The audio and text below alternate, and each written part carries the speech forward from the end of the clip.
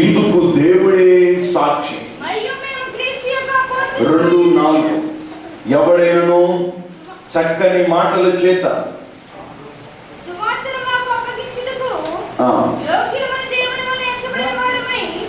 క్షమించిన చదువు 2:5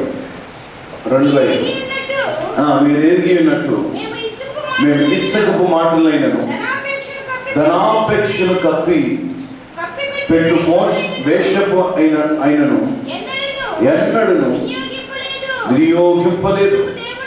ఇందుకు దేవుడే సాక్షి. 5వదిగా ఏ మాటలట? ఇచ్చకపు మాటలు. చెప్పండి. అవి మానవుడి నోట ఉంటాయి, అవి రాకూడదు. ఏ మాటలు? ఇచ్చకపు మాటలు. ఇచ్చవచ్చినట్లు. ఏమంటే వీళ్ళు ఇష్టమైతే వీళ్ళకి జిందాబాద్, వాళ్ళకి ఇష్టమైతే వాళ్ళకి జిందాబాద్, పార్టీలు మారుతున్నట్టు మన విశ్వాసాన్ని మార్చుకోకూడదు. మార్చుకోవచ్చా? వాళ్ళు మనుషులు, వాళ్ళు స్థిరంగా ఉండేవాళ్ళు కాదు. వాళ్ళు గాలి కొట్టుకుపోయి కొట్టు వారు.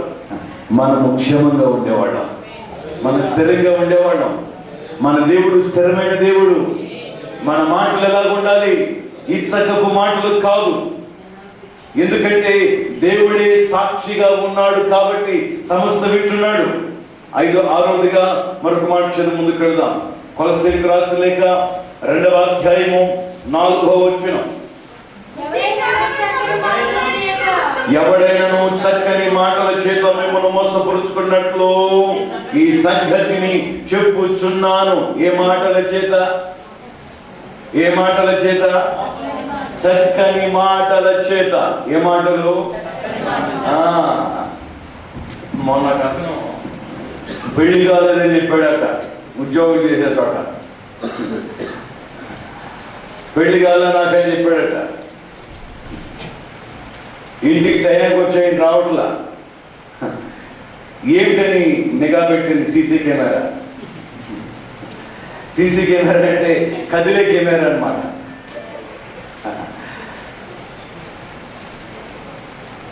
వెళ్ళవలసిన చోటకి వెళ్ళింది, ఇద్దరిని కలిపి బాధలు పెట్టింది.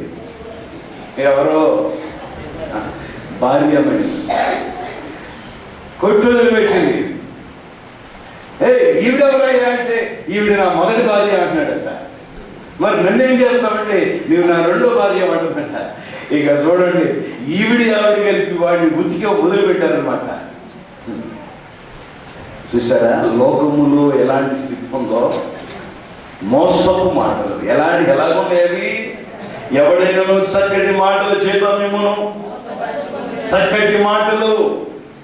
ఈ మాటలు చక్కగా ఉంటాయి, తేనె కంటే తీయగా ఉంటాయి, తల్లి ప్రేమ కంటే తీయగా ఉంటాయి, కన్న ప్రేమ కంటే తీయగా ఉంటాయి. భార్యాభర్తలు భార్య గుర్తుండదు, భర్త గుర్తుండడు, పిల్లలు పెంచిన తల్లిదండ్రులు గుర్తుండరు. మోసపు మాటలు, తీయని మాటలు. ఎవడైనాను మిమ్మల్ని మోసపరుచుకున్నట్లు చక్కటి మాటల చేత. అబ్బే, మోసం చేసేవాడి మాటలు ఇట్లా ఉంటాయా? వీళ్ళెవరో మంచోళ్ళు ఉన్నారు. వీళ్ళకి 2 పూటలు కాదు 3 పూటల భోజనం పెట్టాలి. వీళ్ళు 500 అడుగుతున్నారు. లేదు 5 ఇచ్చి పంపించాల్సిందే వీళ్ళకి. చక్కటి మాటలు చెప్పి మోసం చేసేవాళ్ళు లోకంలో ఉన్నారు. దేవుడి బిడ్డలమైన మన నోట ఆ మోసపు చక్కటి మాటలు చెప్పకూడదు.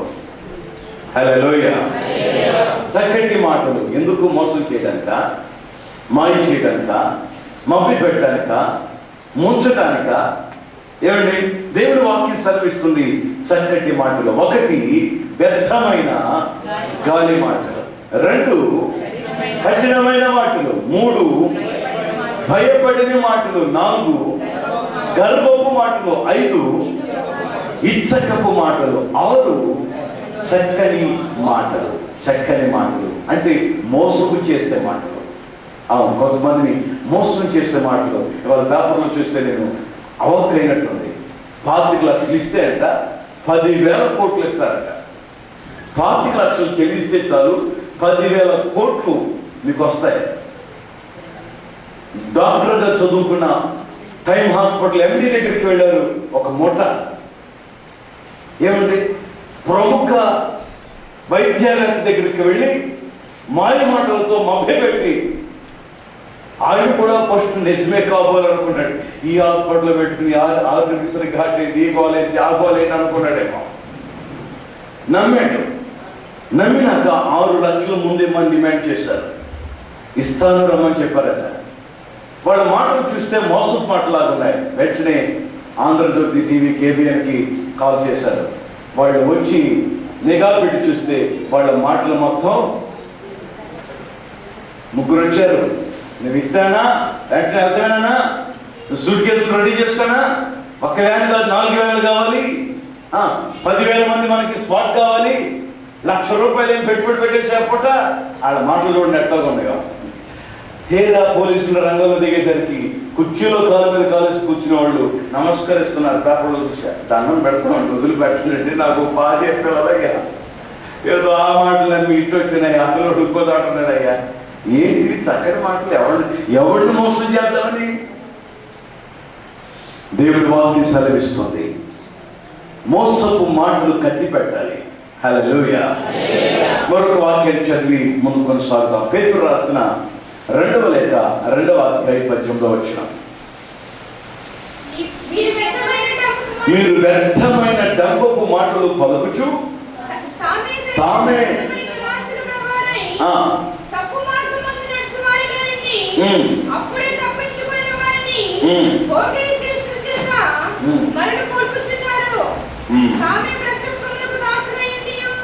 చాలు.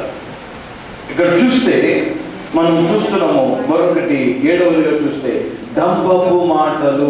ఏ మాటలు ఎక్కడ ఉంటాయి?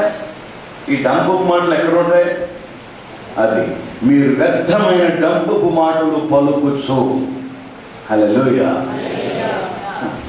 కొంతమంది సార్ సార్ సార్ సార్ అంటారు. వీడి మధ్యలాగా ఉన్నాడు, వీడు ఎప్పుడు పంపిస్తాడు సార్ సార్ అంటే పైగా అంటారు.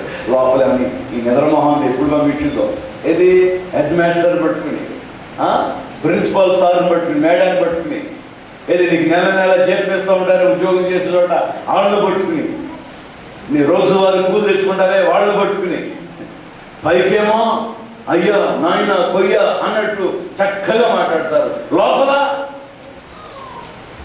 మాట్లాడండి. ఆ మార్పులు కూడా ఉన్నాయి మనకి. పైకి ఒకటి లోపల ఒకటి లేదు. యేసు నామములో అవి కాల్చివేయబడును గాక. హల్లెలూయా. అందుకనే భక్తుడు ఇలా మాట్లాడాడు. బయట నుండి లోపలికి వెళ్ళేది మనిషిని అపవిత్రపరచగల. ప్రసాదం ఇస్తే కొక్కుతారు కొందరు అంటారు, మేము తినం అంటారు. ఇంకోటి ఇస్తే అసలు అంటారు. భోజనాన్ని పిలిస్తే మేము రామంటారు. ఇంకోటి చేయమంటే అబ్బే అసహించుకుంటారు. కానీ తినమని నేను చెప్పడంలో బయట కూడా చెప్తున్నా. రెండవది గుర్తుపెట్టుకోండి, ఇక్కడ వాక్య భాగంలో చూస్తున్నాము. బయట నుండి లోనికి వెళ్ళేది మనిషిని అపవిత్రపరచుట, లోపల నుండి బయటకు వచ్చేది 13 ఉన్నాయి. ఎక్కడెక్కడ రాసే ఉంచాం. ఇంకా ఎక్కడ ఉన్నాయి? ఎన్ని ఉన్నాయి? 13 ఉన్నాయి. మనుషులు లోపల నుండి అపవిత్రపరుస్తున్నాయి.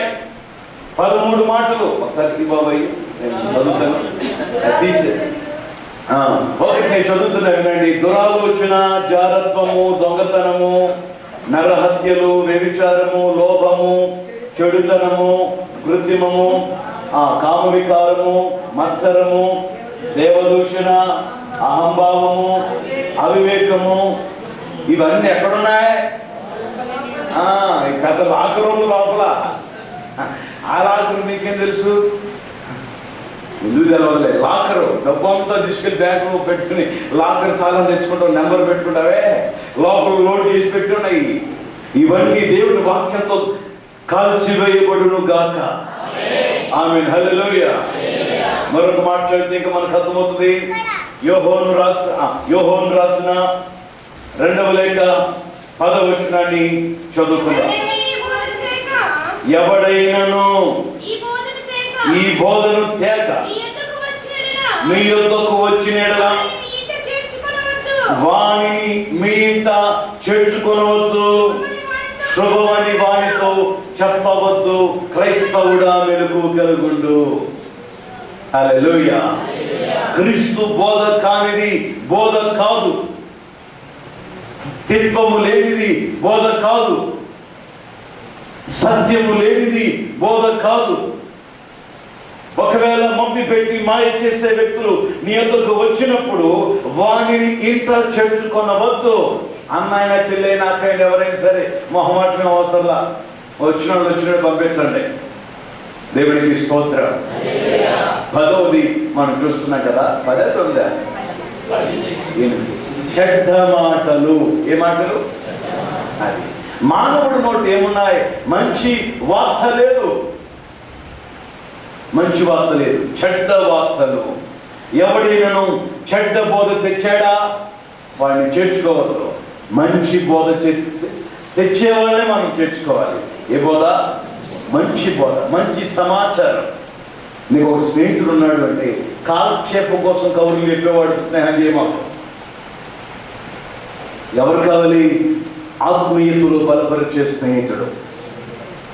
నువ్వు వ్యాపారం చేస్తే నీతో మంచి వ్యాపారం చేసే స్నేహితుడు ఎలా ఉండాలి తెలుసా? దేవుని మాటలు చెప్పేవాడు ఉండాలి. ఆటో తోలుతున్నా, కారు తోలుతున్నా, దేవుని బిడ్డలారా, ట్రాక్టర్ తోలుతున్నా, కూలి పనికి వెళ్తున్నా, మట్టి పని చేస్తున్నా, ఉద్యోగం చేస్తున్నా, కాలేజీకి వెళ్తున్నా, ఒకవేళ పనికి వెళ్తున్నా, ఎక్కడికి వెళ్తున్నా, నీ స్నేహితుడు ఎలాంటి వాడు ఏం కలిగితే మంచి బోధ తెచ్చే మాటలు. హల్లెలూయా. అరే తరువాయి బాగా చెప్తలే, రేపు కలుసుకుని కథలు కాడరా, 8ంటికి డ్యూటీ అయితే 7ంటికి వచ్చేసేయి. 8 దాకా పిచ్చి పాటి మాటలు మాట్లాడు, 8 గంటలకు డ్యూటీకి వెళ్తే తలకాయ నొప్పి, కడుపు నొప్పి, కాళ్ళు నొప్పి, చేతులు నొప్పి. ఏంటమ్మా వచ్చేసి అసలు ఏం బాగోలా, కలుపు మొక్క ఒకటి దిగానికి పరుగో ఇంటికి. మనశ్శాంతి లేదు, నెమ్మది లేదు. ఎందుకని? 1 ఏముండకూడదు? వ్యర్థమైన గాలి మాటలు. 2 కఠినమైన మాటలు. 3 భయపడని మాటలు. 4 గర్వపు మాటలు. 5 ఇచ్చకపు మాటలు. 6 చక్కని మోసం చేసే మాటలు. 7 డంబపు మాటలు. 8 చెడ్డ మాటలు. ఇవి మానవుడి నోట ఉంటాయి. ఎవరి నోట? చెప్పాలి.